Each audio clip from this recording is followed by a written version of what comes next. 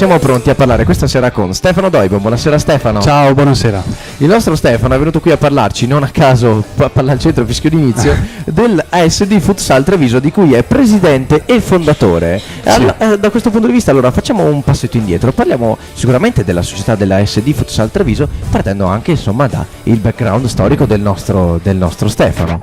Beh, io nasco come giocatore fondamentalmente di futsal, ecco, per chi non lo sapesse, perché tante volte capita di confonderlo con calcetto. Esatto, il futsal è il calcio a 5, da non confondere appunto col calcetto. Io nasco come giocatore, ho iniziato nel 2003 a Treviso, ho girato l'Italia perché poi la società di Treviso si disciolse nel 2003-2004, insomma. Io sono finito giù nelle Marche, ho fatto un anno a Fano, 4 anni a Pesaro, belle avventure per carità, 5 anni e mezzo a Venezia e poi il Futsal Treviso è nato un po' diciamo nato anche dalle tue esperienze, quindi sì, insomma alla fine, sì. perché tu sei fondatore comunque della società. Sono fondatore assieme ad altre 4 persone, eravamo 5 soci all'inizio. Nasce appunto dalla volontà di provare ad intraprendere un'avventura nostra, visto il Venezia insomma si stava disgregando e non essendoci un'alternativa. Io non ho detto, scusami, che noi facciamo calcio a 5 per ragazzi ipovedenti, quindi è una categoria particolare la nostra. Si tratta di un campionato nazionale, per questo poi mi hai sentito parlare di città in giro per l'Italia.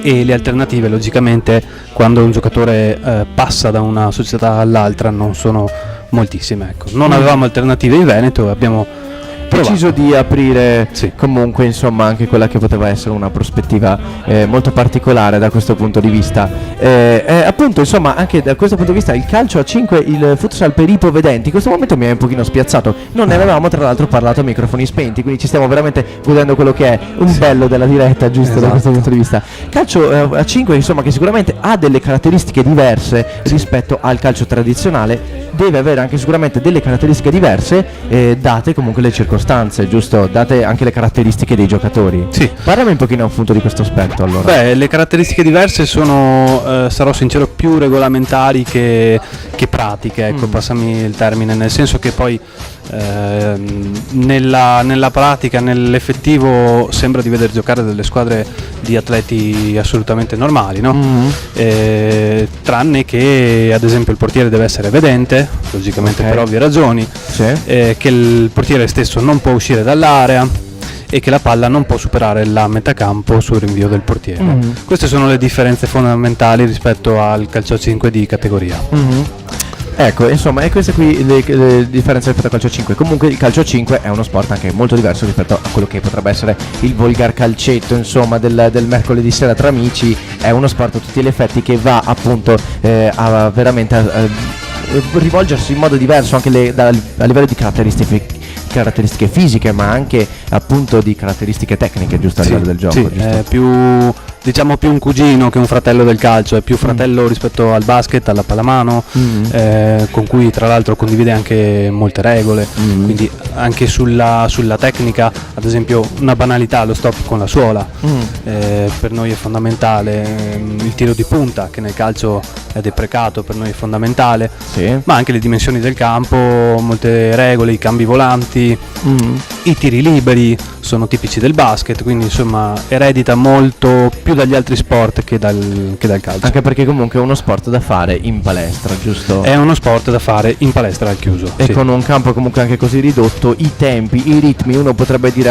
insomma non ho un campo da 100 metri, corro di meno, e invece no, ma alla fine i tempi sono molto diversi e quelle 2 metacampo te le devi fare ai 100 all'ora per tutto il tempo, giusto? Assolutamente. Una volta c'era il falso mito, no? Che il giocatore di calcio più, tra virgolette, meno dotato, ecco, non voglio dire scarso, meno dotato finiva a giocare a calcio a 5. No, niente di più falso, sì. Serve molta tecnica, serve molta velocità, un giocatore normalmente non riesce proprio a resistere più di 5, 7, 10 minuti continuativi, perché è uno sport che richiede sul breve, sullo scatto, un continuo impiego di energie. Certo, insomma, non ci sono molti tempi morti, come per esempio facendo sempre il paragone col calcio, non ci sono molti tempi morti, i tempi morti che sono comunque nelle partite di pallone, insomma, non li abbiamo questi tipi Vero, di tempi vero, morti, vero. Vedo che segui. No, non seguo, però insomma sono venuti a trovarmi parecchi ragazzi che parlano di questa realtà. Bene. A proposito, infatti, il nome della sua associazione mi ritorna in mente soltanto adesso per la particolarità appunto dei Calcio 5 Periodo Eventi, perché mi era venuti a trovare una società che con voi appunto ha una collaborazione, ha un gemellaggio, giusto? Sì. La Leonicena Calcio a 5, che ringrazio, dell'amico Giulio Cosaro, sì, è stato proprio che lui. Appunto abbiamo avuto l'occasione di intervistare, ho avuto io proprio l'occasione di intervistare tipo qualche settimana fa. Ci siamo passati il testimone, insomma. esatto. Quindi insomma veramente anche sempre importante, è molto bello anche quando si crea praticamente una catena da questo punto di vista per l'impegno sociale, per portare quelli che sono i valori dello sport e anche per permettere magari a persone che hanno posso definire una disabilità da questo punto di vista, certo. insomma, di comunque riuscire a dare il massimo in quello che è il suo sport, giocando appunto con le regole che gli permettono di esprimersi al meglio, giusto? Esatto, sì.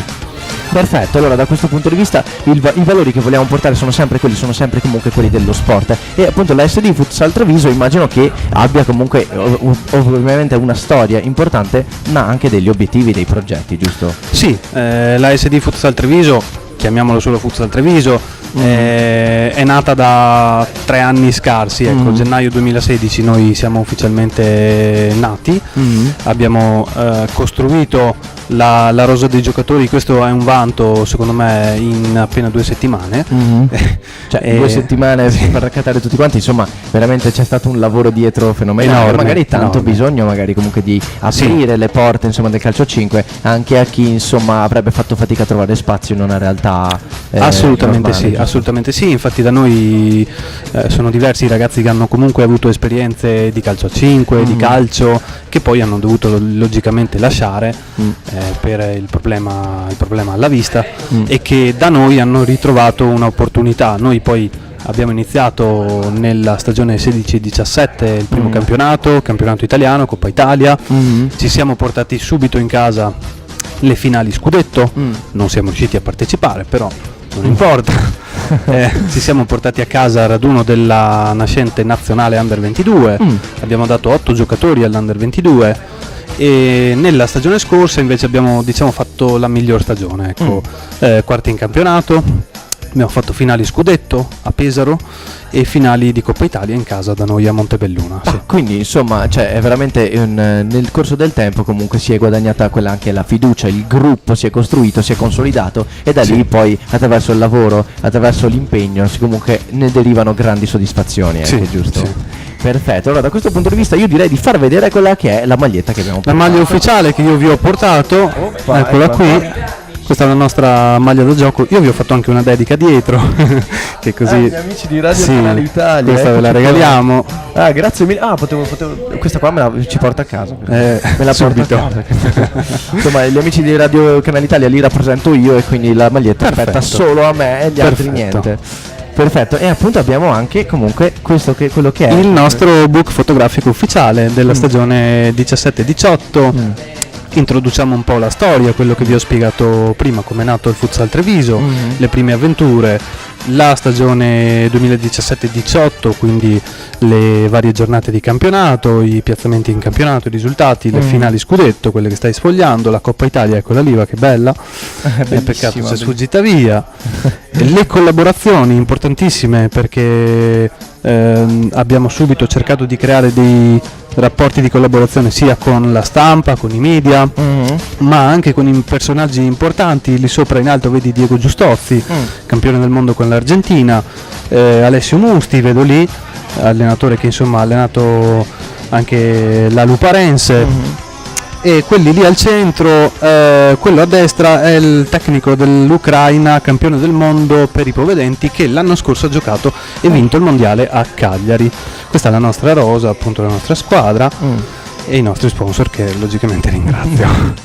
E quindi insomma questo è tutto quello che potete, certo. insomma è diciamo un riassuntino anche di quello che potrebbe Sì. essere la storia del futsal Treviso, ma che appunto per scoprire più nel dettaglio dovete sicuramente andare a vedere e andare anche magari per vedere le partite. Sicuramente abbiamo l'indirizzo, ovviamente è a Montebelluna di Treviso, Sì. il numero di telefono è il 3 per contattare il nostro Stefano, immagino? Sì, Perfetto, è il 340 69 05 206. Abbiamo anche l'indirizzo email asdfutsaltreviso@gmail.com e non mancano neanche tutti quelli che sono i contatti social. Abbiamo la pagina Facebook ASD Futsal Treviso, su Instagram @ASD Futsal Treviso e su YouTube Futsal Treviso ASD. Immagino lì possiate trovare anche tutte quelle che sono la realtà anche sul canale Facebook, sul canale YouTube delle partite, Sì. e delle highlights, o magari anche sulle pagine Facebook delle foto degli eventi, dei progetti. su insomma. Facebook tutte le foto dei vari eventi, partite di campionato, tutto quello a cui noi partecipiamo, su YouTube principalmente le partite, quindi le nostre competizioni ufficiali e anche non ufficiali, tornei.